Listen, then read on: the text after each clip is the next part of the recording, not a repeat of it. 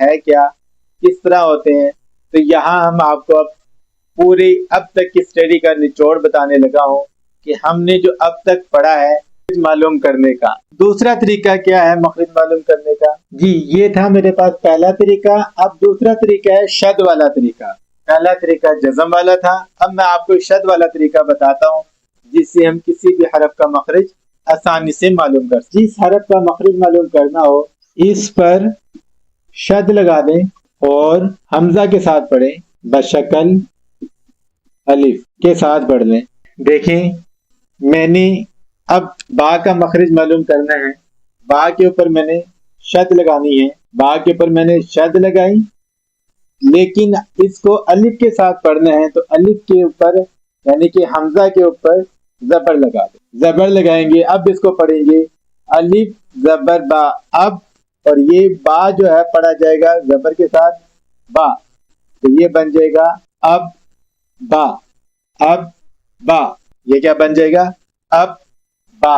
اسی طرح دوسرا لفظ دیکھ لیں, الف کے اوپر زبر لگائیں, حمزہ کے اوپر زبر آ گئی تو یہ تا, اس کے اوپر شد لگا دیں پھر زبر لگا دیں تو یہ ات ات, تو یہ کیا پڑھا جائے گا؟ ات تا ات تا ات. یہ جو ات ہے نا, یہ تا جو نکل رہی ہے ات ات, یہ اس کا مخرج ہے. اسی طرح الف کے اوپر زبر لگائیں پلس تا, اس کے اوپر شد اور پھر زبر لگا دیں تو یہ بن جائے گا اس اس, اور پھر ساتھ تا پڑھنا ہے اس سا اس سا اس سا. جس حرف پر شد آتی ہے اس کو 2 مرتبہ ریپیٹ کرنا ہوتا ہے. ایک مرتبہ پچھلے حرف کے ساتھ مل کر پڑھا جاتا ہے, پھر ایک بذات خود بھی پڑھا جائے گا. تو ہم نے مخرج معلوم کیا, زبر لگائی الف کے اوپر اور یہ پھر ملا کے پڑھیں گے الف زبر اس تا زبر تا اس تا اس تا اب با ات تا اس تا اج جا اج, تو یہ مل کے پڑھیں گے اس کو اج, اور پھر جیم زبر جا اور اس کو لکھیں گے اس طرح اج جا اج جا. تو یہ مخرج معلوم کرنے کا دوسرا طریقہ ہے.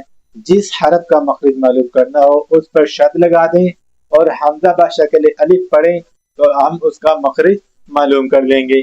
یہ ہم نے اب تک جو اسٹڈی کی ہے یہ سب اس کا نچوڑ ہے.